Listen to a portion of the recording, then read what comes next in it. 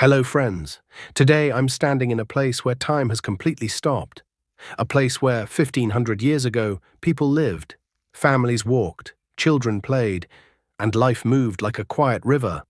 But now, only the broken walls remain, and beneath my feet I have discovered something unexpected. An underground room. Sealed for centuries inside it, I found old plates, broken wooden pieces, and signs of people who once lived, prayed, and survived here. As I walked deeper into this mountain ridge, the first thing I noticed were the collapsed stone walls. Rough, weathered, eaten by sun, rain, and time, yet somehow still standing with pride. It felt as if these stones were watching me, whispering softly, "We have seen centuries, we have seen everything." A little further ahead, I found what looked like an old cooking area.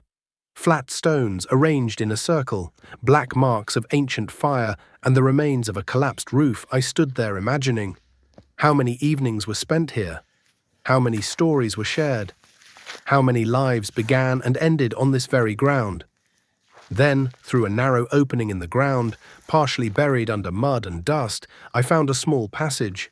A cold, damp airflow hit my face. It felt like the place was still breathing.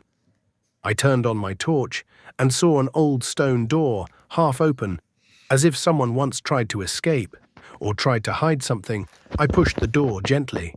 Dust rose like a memory waking up from sleep. Inside, a hidden room. The walls were moist, the ceiling low, and the floor covered with thick layers of dirt. But in one corner, my eyes caught something. Old plates, some wooden, some clay, some burned as if once kept near fire. They were broken, decayed, eaten by age, yet each plate still held a faint outline of the life it once belonged to.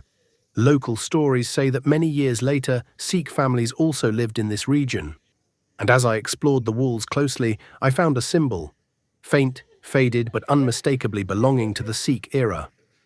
A small metallic piece, a pattern carved in stone, and a few old items scattered on the floor, all pointing to the time when Sikh people passed through here, lived here, or perhaps used this very underground room for storage or safety. The history of this place was not just ancient. It had layers upon layers today. Only silence speaks. This story is about that forgotten world. But the biggest surprise was still ahead. Near a broken wooden box, I found something very unusual, a rusted metal badge. Not Sikh, not local. It looked like a small emblem from the British colonial era, the kind carried by soldiers or officers during the time when British forces traveled through mountain regions. Was this place later used by British officers? Did they search here, or did they leave something behind? The room grew even more mysterious. At the far end of the room, buried in old dust and collapsed wood, I discovered several wooden crates. These might have been storage boxes, used for food, documents, or something precious. Most of them were destroyed.